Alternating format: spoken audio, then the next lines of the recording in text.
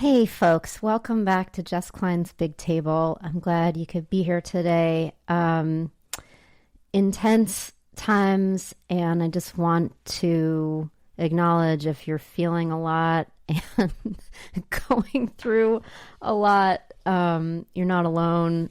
I'm with you. I'm really glad because my guest today is someone who has decades of experience doing racial justice work and knowing how to internally regulate herself when faced with triggers, and just a really, really brilliant woman. So here we go. A survivor of the New York City foster care system, Aminata Desert Rose Plant Walker Firewoman, also known as Dr. Amanda Kemp, has been a lifelong poet, performer, and advocate of justice.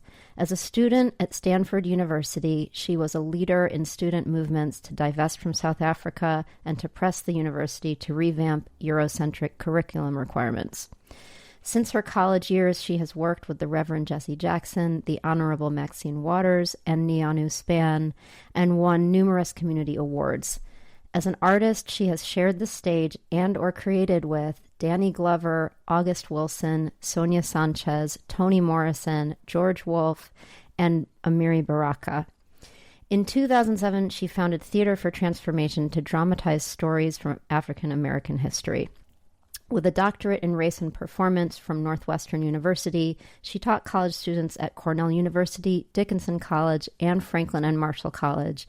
Now a visiting scholar at Franklin and Marshall, Dr. Kemp is also the best-selling author of Stop Being Afraid, 5 Steps to Transform Your Conversations About Racism, and Say the Wrong Thing, a collection of personal essays about racial justice and compassion.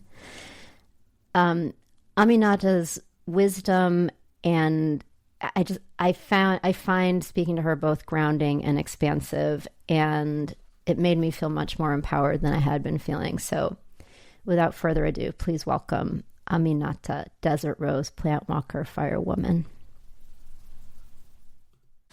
Aminata, thank you so much for being here today. You are so welcome, Jess Klein, with your big ass table. Yeah. What you can't see, she's just outside the frame, is my cat. I think she was drawn to your energy or something because she's right here on the table. Oh, nice. Yeah. How are you? How is your heart today? How is well, pretty good. I think pretty good. You know, my beloved has gone for the weekend, so I feel sad but happy for him.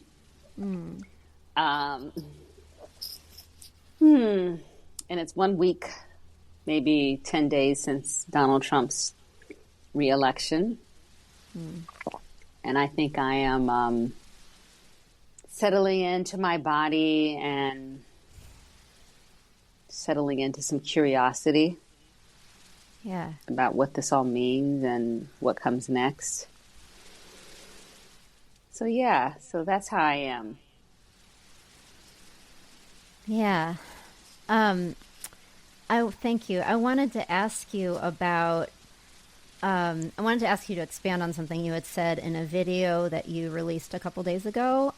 You were talking about embracing the duality of this time post-election and embracing that we live in a multiplicity and to not get entranced by binary thinking, good versus bad, red versus blue. And I'm guessing a lot of my listeners want so much to be able to embrace the duality and not get stuck in the polarity.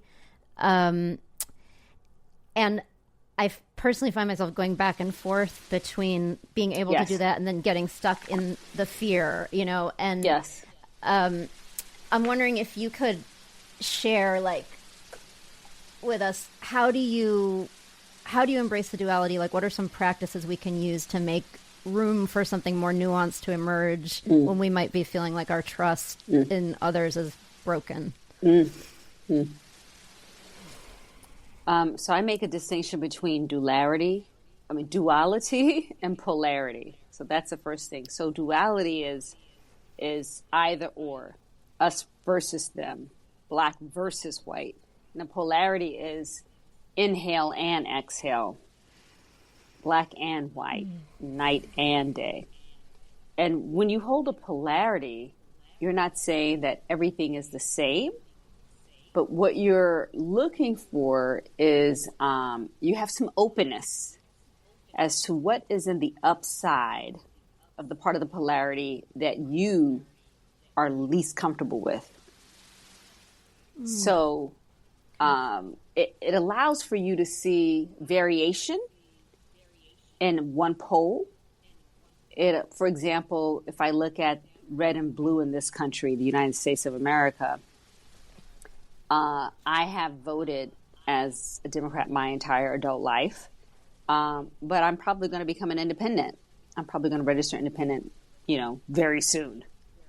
Why? Because what is blue represents a variety of interests, some of which are mine, but many, many, many, maybe most, are not mine. Mm-hmm. And when I look at the other pole that we're presented with, the red pole, the Republican pole, many, many, many, many, many things I do not feel represented.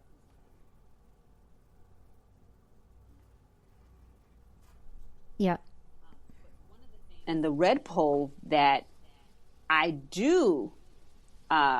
am sympathetic to is freedom of speech. Yeah. I am curious about the way freedom of speech has been shut down. Not just with COVID, because it's been shut down inside or against black, let's call them revolutionary, not even that revolutionary really, but, black, whatever, kind of anti-status quo forces. Yeah. And I've noticed that, anyway, so I'm kind of interested in how is this freedom of speech thing being used and who's using it? So the other thing about this polarity, holding it as a polarity and holding multiplicity within each side, variation, because if you look at something like night and day, you say it's night or it's day. Okay, maybe. But then what is 3 o'clock? Well, it's day. Okay, what about 4:30? Well, it depends on where you are. It's kind of getting towards the night. So there's gradation within each side.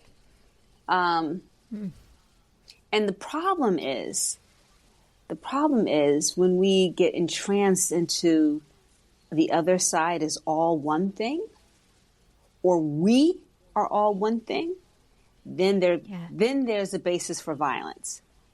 Then there's a basis for, well, if you, Amanda, don't, and you're supposed to be on my side, and you don't agree with me on all of this, then you're the enemy. You know what I mean? Yeah. We can't allow for there to be difference without making it an enemy situation. And that, I think, is really dangerous. Yeah. It doesn't make us feel safe in our bodies. That's right. Then we're just, because we're like, I live in a purple state. I live on a purple block. Yeah. And I don't want to run a narrative in my head. These people out here are out to get me. They're gonna try to kill me. These people are out here trying to kill my kids. These people out here are trying to, I don't want to run that story. I don't know why these people on this block voted Republican. Yeah. For sure, I don't know. You don't know, right? So I hold this with some uncertainty, with some not knowingness. Yeah. It's so interesting. As you were talking, I felt so much more at peace just with that possibility of nuance, of this isn't all one thing or all another thing. And I don't know. I've been thinking about this so much too. Like, what have I bought into that I was told this is, I don't know, like, it wasn't, I don't know. Sometimes this happens and I get a lot of thoughts at one time, but I'll try and pick one and articulate it. But it's like, what have I been told is the right way for me to think as someone who's somewhere on the left? Like, what what have I been told about the people who are supposedly opposing me? What did I buy into here that helped create this dichotomy or these bubbles where we can't even talk to each other? You know, like what part did I play in creating such a polarized country, you know? But so I'm really grateful to hear you talk about that, because it feels like it does open up possibility where, yeah, the other thing is like, I just think of when you're in fear, like everything shrinks, like your body, everything in your brain, and you're just like, oh, that is such an important point, Jess. When you're in fear, everything shrinks, and your brain, you literally are not in a space of, you're not in your prefrontal cortex, you're in your hind brain. And when you're in survival, you breathe differently. I mean, your cortisol levels are up. You know, I just heard the other day, my husband was telling me, my husband who's white, whose daughter is white, was telling him, this is how everyone gets our information these days, right? Yeah. In her psychology class, they were saying how they had done research and found that Black women, we have higher levels of cortisol, and they get passed along generationally. And that, of course, makes sense when you think of what Black women have endured and how much fear we've had to manage and impossible situations to deal with. And yet, I am in 2024. I am not in the same situation that Harriet Tubman was in. Yeah. You know, there's nowhere near the situation she was in. So if I cannot, but if my baseline cortisol, is in this heightened state, then it doesn't give me as much breathing room. Or my daughter, who of course I love, her breathing room to reconsider, to be more. So I do think that we have responsibility to take care of ourselves, to bring down our cortisol levels, and not to feed each other back and forth. Or like you said, you mentioned how are you contributing? Like, what are you consuming that's raising your cortisol? Yeah, I've been in a heavy review of what I am consuming, digitally or otherwise. I really appreciate you saying that, because it's in, for all the ways that this could be seen as a scary time, it's also a great time to reconsider, up to what are we giving our time and attention? Because if you follow that belief that what you give your attention to grows, then,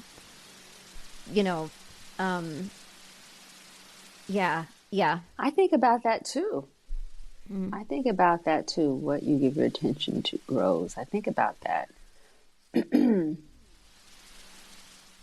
What's important is not saying it's only that. So what you give your attention to grows. So therefore you cannot look at what is horrific. You know what I mean? This is why I'm saying polarity thinking is, and the other thing is, I was talking to someone else this morning on my own podcast, and we were talking about the capacity to hold, to sit with something that is uncomfortable, horrific, something like genocide, something like, just traumatic stuff. And to be able to hold it, you actually have to build capacity. And you build capacity over time. You build capacity with your own capacity to be in your breath, to watch your thoughts, to not get physically overwhelmed or emotionally overwhelmed. But your capacity to do that might be different from my capacity. And depending on what the issue is, I might have a greater capacity for something than you do. You know what I mean? Yeah. So,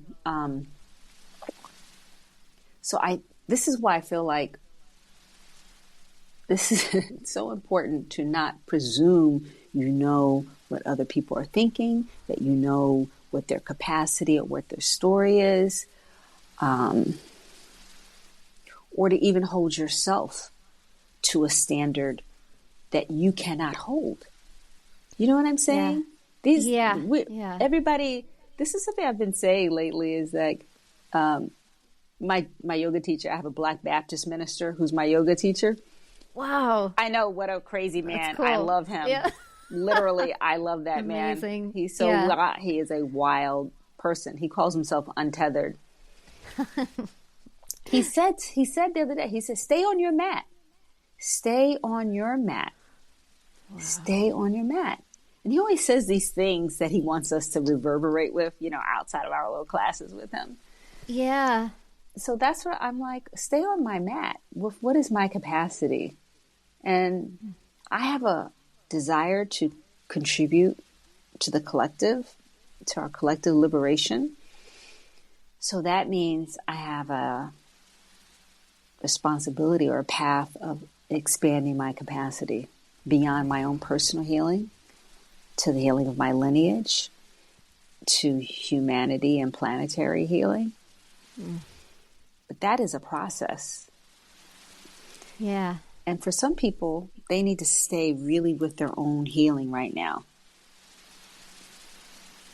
Yeah. Yeah. Do you feel like the years that you've spent doing some of the work you've been doing through Racial Justice from the Heart and Mother Tree Community, which I'm hoping you'll talk more about, has that expanded your capacity in that? Has that expanded you? Yeah. Yeah. Yeah. I mean, I've been explicitly doing racial justice work since I was 16 and I'm 58. Wow. So that's 42 years. Wow. And what I'll say in that is when I started, it was very externally focused, very much in the realm of protest. Yeah. And then it was more in the realm of electoral politics. I worked for Jesse Jackson. I interned with Maxine Waters in LA. And then I got more into an academic thing, which is why I have a PhD.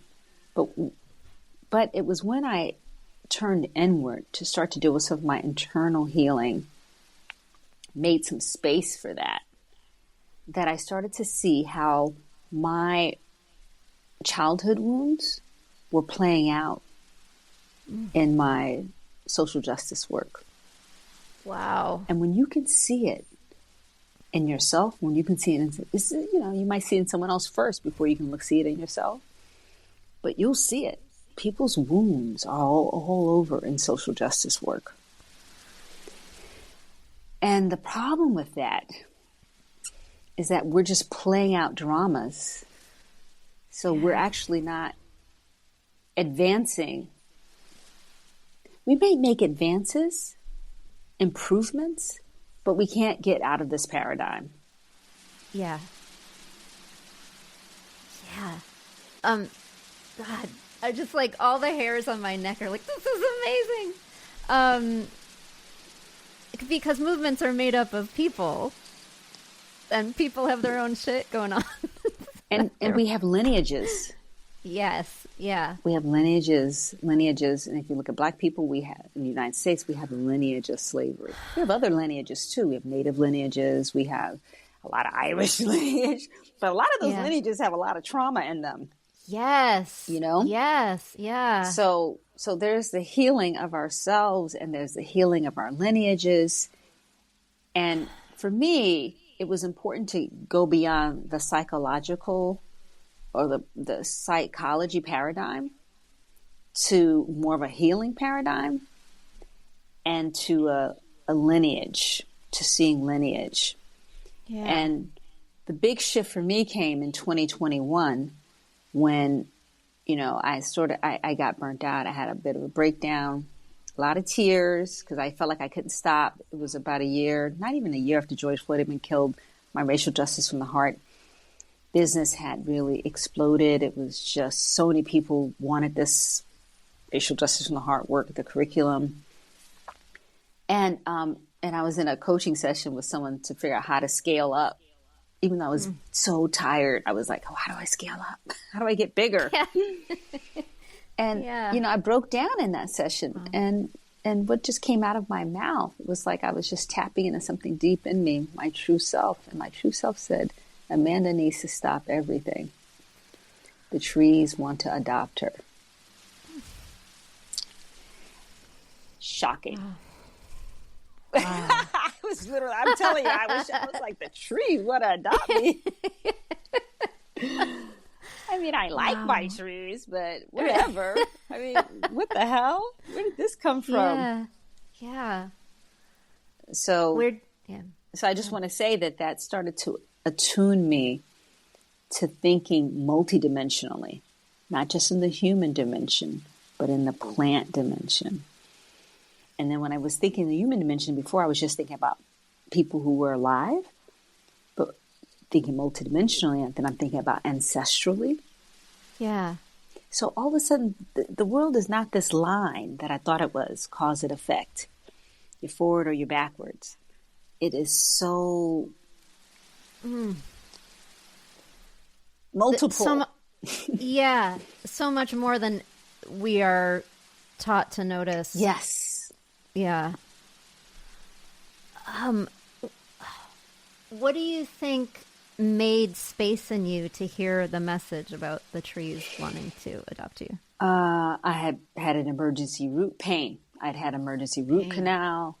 I was resentful at people who I felt weren't doing enough, which really meant I was doing too much, but it kept being expressed as, why aren't people doing more? Why aren't they stepping up? So being resentful at other people, having an emergency root canal because I felt I was too busy to go to the dentist to deal with it before it got to that point. And I was getting these little, my son was just dropping these disruptive comments on me. He was tapping in at a deeper level. And I was like, I was like he said to me once, he said to me, Mommy, what did he say? Something like, Mommy, you can't let reality dictate you can't let reality dictate your thoughts or something like that. Wow. And I was like, what the hell? How reality. old is your son? I know. And I was like, he was trying to tell me you're just so like smushed up against it. You have no perspective, and the reality that you see is so narrow. Wow. Yeah. So he was popping some stuff in there, and I was so I was willing to listen. My child, my adult son. Yeah. Yeah. And he was a young black male. And I was very activated with wanting to protect him. Yeah. And so when he was telling me, you got to shift it up, the way you were coming at this, it's like you're in chains. Yeah. I was willing to listen to him. Wow. That's really powerful. I'm glad that he had that perspective to share. Yes. With you. And he became a teacher in my racial justice from the heart community. I was like, okay, well, you want to lead a meditation series? Amazing. Oh my goodness. And I would be going to those. I would go to his classes, his meditation series, and I'd be like, mute, put myself off camera. And I was like, wow, he just guided us into some places. He guided us into a level of consciousness where I couldn't even articulate the kind of thoughts I had before we started the meditation. Wow. Yeah. Wow. This is so cool. Okay. I don't want to cut you off if you had more to say. I just want to also say plant medicine. Yeah. Talk to us about how you became more connected to plant medicine, and is that also part of Mother Tree community? And yeah. I mean, I think plant medicine, when I say plant medicine, I mean very broadly speaking. I don't just limit it to psychedelic or entheogenic plants like ayahuasca or psilocybin. I mean plant medicine, including those, but I also mean plant medicine like the rose. That's been a very powerful teacher and protector for me. So in the Mother Tree community, we look at plants as teachers and parts of consciousness on planet Earth that are helping us humans to evolve. Okay. Yeah. So plants have consciousness, trees have consciousness, and their level of consciousness is more evolved in a way than human consciousness. And before I started the Mother Tree community, because I told you the trees wanted to adopt me, or my true self, and in a coaching session said, Amanda, the trees want to adopt you. The kinds of messages that I got from the trees via journaling were very loving. Were not at all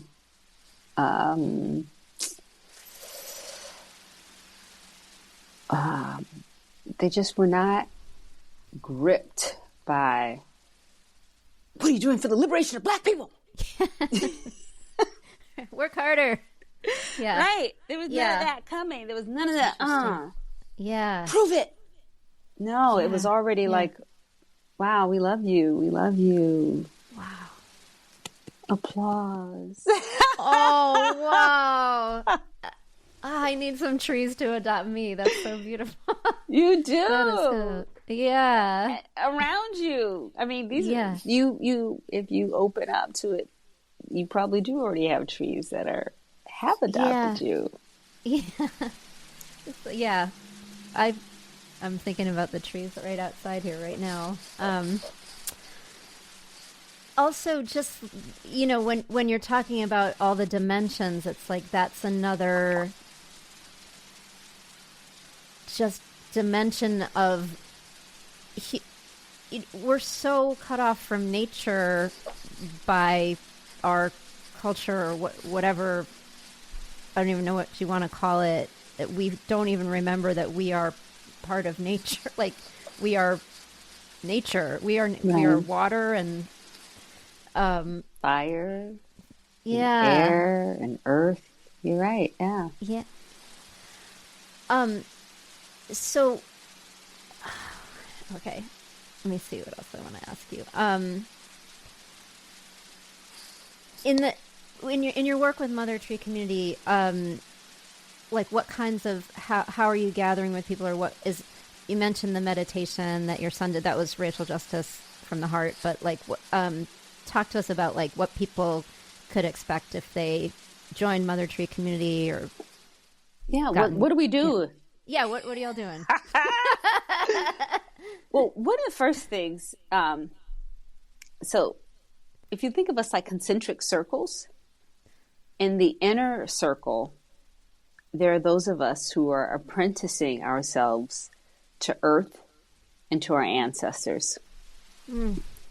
And so in the tradition that I come out of, which is closely linked to Malidoma Some and the Dagar tradition, and to a Pachacuti cross-cultural Mesa tradition, in both of those, an apprenticeship is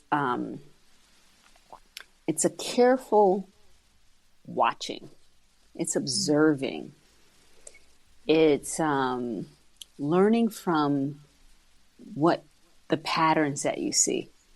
So in apprenticing myself to Earth, I'm noticing the seasons. I'm noticing, what does it feel like in fall? What do I know is happening in fall? So in fall, we're releasing, right? Yeah. In winter, it's getting darker and colder, and the earth is slowing down, right? Yeah. Okay. So in the apprenticeship, we're apprenticing ourselves to learning and mimicking those cycles in our own lives and noticing which cycle we're in. So I think I might have said that I'm 58 on this call. Yeah. So you could say at 58, I'm like in the fall of my life. Or, super late summer, depending on how you want to look at it. So, Yeah. So what are we doing in the fall? We're harvesting, we're slowing down. It's still a time of activity, but it's not as much activity as it was when I was in my teens or in my 30s, when I had little young kids and, I have adult children. So what we're doing in the Mother Tree community, now I bring up the apprenticeship as the core, because that's where the learning is going on in the deepest, most intentional way. And then it radiates out, that next layer out is to people who do the soul journeys with us. So we do soul journeys for the winter solstice, spring equinox, summer solstice, and fall equinox, right? So those quarters. Yeah. And we take the essence of that season. So in the fall, the essence of release, the essence of winter is rest. Essence of spring is restoring. The essence of summer is like reaching out, getting out there. So we take the essence of each season in the soul journey and we work with them. We work with our ancestors. We work with plants to see what is it that we need to release. What is it that we need to lay down to rest? So to me, winter is a really good time for forgiveness work also. And my mentor, again, in the Dagara tradition, Jojapa Ansaruma, she says that forgiveness is letting go of the pain that was transferred onto you, and you letting go of the pain that you transferred on to others. Okay. Yeah. That's internal. Yeah. It's slow. And there's a lot of making space to allow your ancestors to assist you, to allow the earth to assist you, to relaxing your rational mind and allow more of your soul to be forward. See all that stuff? So that is done in the descent. That is done undercover. That's not something that you're doing out on a street corner. Yeah. So you asked what the Mother Tree community does. So we have an apprenticeship. Yeah. We do soul journeys that anyone can join us with. And then we also do, we have monthly meetups. Like we're going to be getting together tomorrow to have a healing conversation about the election, to move some grief, fear, anger from our bodies, that kind of thing. Yeah. I'm going to try to be at that. I would love for you to be there tomorrow. I would love for you to be there. Yeah. Would you share with us, so I saw that it was an ancestor who gave you the name Aminata Desert Rose Plant Walker Firewoman. And I have a couple questions, but one is, well, I guess the question is, would you want to share about that experience of receiving that name from that ancestor? And I've decided not to share any more details about that. Okay. Thank you. Can I say something about that too? Yeah. The reason and why I want to say what I want to say about this is, in the U.S., I think, because I live here, so, and I look at social media and I look at our television. I mean, we have a culture where it's like, let it all out, you know? Yeah. And on some level, I think that it is, my own mother told me our secrets keep us sick. Yeah, right? wow. There's a way in which the secrets can really be damaging. But again, if you look at Malidoma Some's work, a medicine keeper in the Dagara tradition, he talks about how important when you go through your initiation, some things are only yours. And when you share them with other people, they lose their power. Wow. Yeah. And I watched this when I shared the origin of my name with someone who couldn't hold it with reverence. Yeah. I watched what it was like. So I hold my name. Thank you for explaining that. It makes sense to hear your explanation. I appreciate it. Yeah. And that's observation. That's apprenticeship. See, apprenticeship is you observe what happens in your life, you know? Yeah. And then you go, oh, okay. That's how that played out. Okay. Yeah. Well, let me ask you something, a different question about something you had said on one of your YouTube podcasts about your ancestors. On your Juneteenth podcast episode, you shared a poem about the message that you said your ancestors were asking you to hear, and you said they were asking you to feel and to know, and that affected me so deeply. I guess, what do you feel your ancestors are asking you to feel and to know? Yeah. That poem came in response to a prayer when I was working on a play. And the play was very smart, but it didn't really feel like it had a heart. It didn't really feel like it was revelatory. It felt like it was more like telling people stuff. Yeah. And for those who didn't see me, I just shook my neck, and it's like telling people stuff. And to me, the powerful art is art which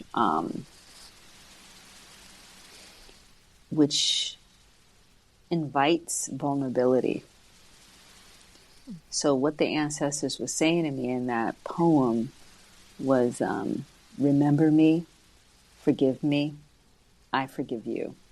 So first of those, that was the first three things they said: remember me, forgive me, I forgive you. And then they said feel. And when I was writing this play, I was a professor still, teaching at the college level. And my main character was an academic, was a docent at a museum at that time. And, she went through a transformation, but it was a mental transformation. It wasn't a soul kind of transformation, because she wasn't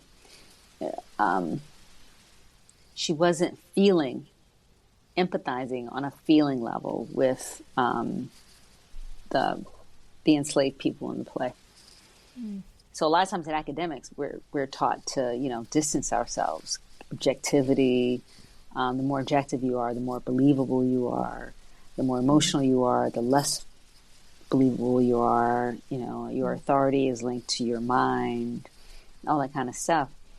So when they said feel, I think they were also inviting me into healing, because I one of the ways I got through the difficult things I got through in my life was to turn off, was to numb out and distract myself. Yeah.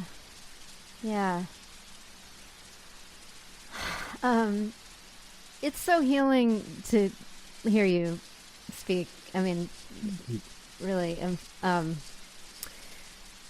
What was I had a related question. Did you always? I mean, you've talked a little bit about your journey with social justice and healing, and seeing the multidimensionality and plant medicine and ancestors. But I guess I'm wondering, did you always feel a connection to your ancestors, or was it? Did that come online for you more as you started to shift?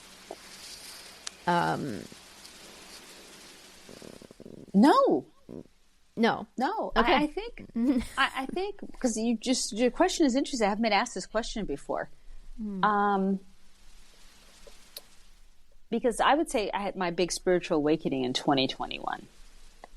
I had a big, maybe, life pivot in 2008-ish, when I left academia. I got divorced.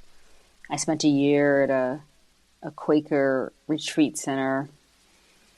And that's where I started to really tap in, not just get the research on historical figures, but I remember I woke up in 2008-ish.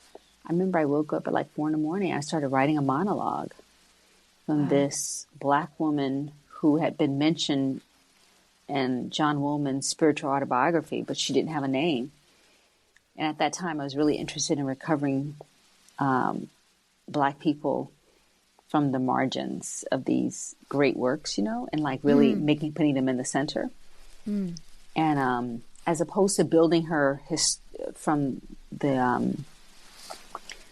from archival research, I woke up and just started channeling her story.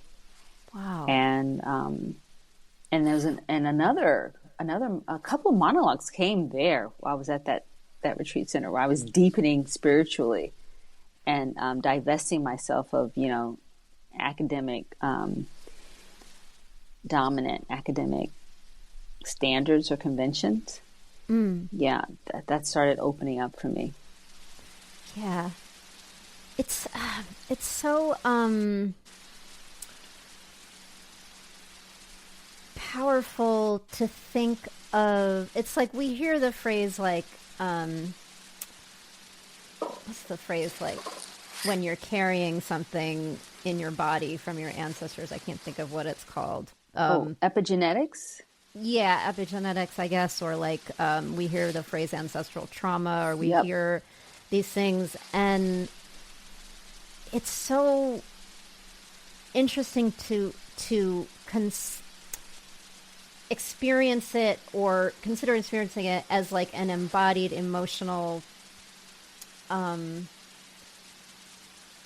not really sure where I'm going with this, but I had like my ancestors are the reason I started this podcast. Like I got like they started speaking to me really loudly last spring, and I had never I had written about them with a lot of emotion, and I had felt connected to them, but there was like a moment when they were like, we need you to do more in terms of speaking up about, helping people heal and social justice stuff. And they were just like very specific.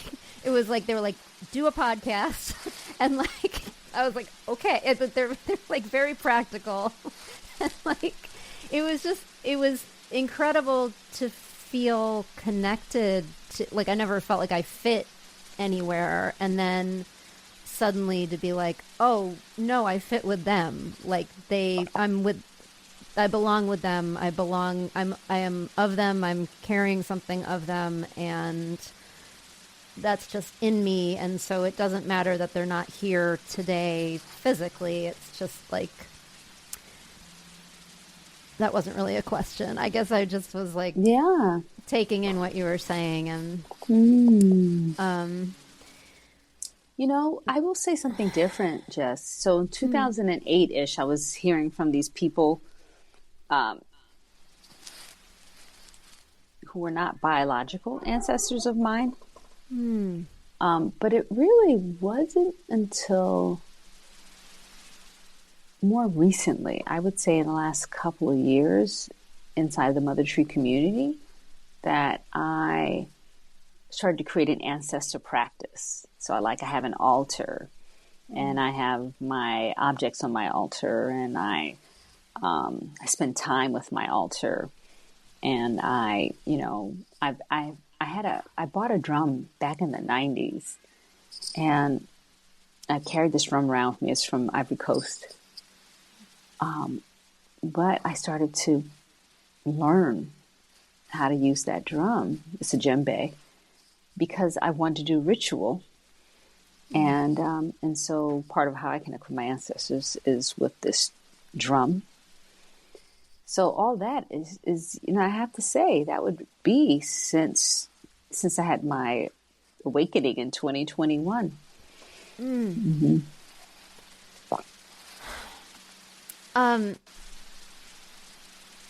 Okay, I'm trying to think if I had... I feel like I have a million questions for you, and I also want to... I'm trying to keep these at a length that people will...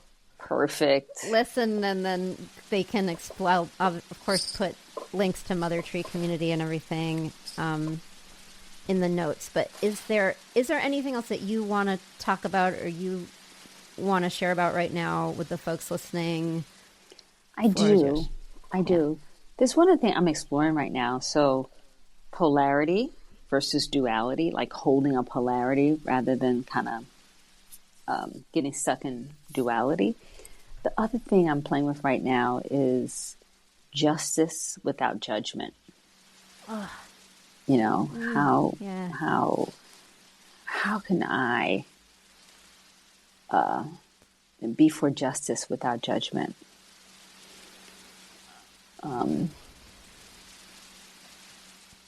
One of the things I think that's interesting, there's so many positive things that are sort of emerging right now-ish, but one of them is like restorative justice. Yeah. And that whole movement or idea is like not holding somebody, fixing somebody in one moment, for what they did at one moment or window in their lives, right?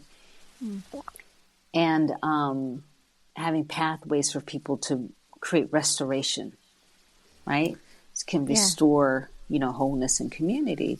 So, but there's some people, when we talk about the other side, we don't have any of that give in our speaking, in our narration, know? Yeah. And because I'm really interested in liberation more than being right, or even more than being liked, I've done enough healing that now I'm really, I know that judgment keeps things locked in, and acceptance and compassion gives them space to move. But that doesn't mean that, and we can also have justice in the midst of that. We can also have correction. Yeah. So I just want to encourage people, especially those of us who have done some internal healing, or, have done some work with our own trauma, so we have more spaciousness to be with the hard stuff. I want to encourage us to think, how can we be for justice without judgment? How can we not judge a country or an individual, even though we think what they're doing is unjust? But how can we not judge them? Yeah. So that's something. I feel like this is something about being a mother tree, because mother trees are old. When they're in a forest, they're older trees. They've been out there for a minute. Yeah. And their canopies are very broad. They have a lot of diverse life that is being sustained or nurtured by them, you know? And and I'm sure they don't all agree. All the the life forces that are being sustained by them, they don't all agree with each other. They have different consciousnesses. And that mother tree is still a life-giving force. Yeah. So I feel like the mother tree community is for those of us who have an aspiration or who have a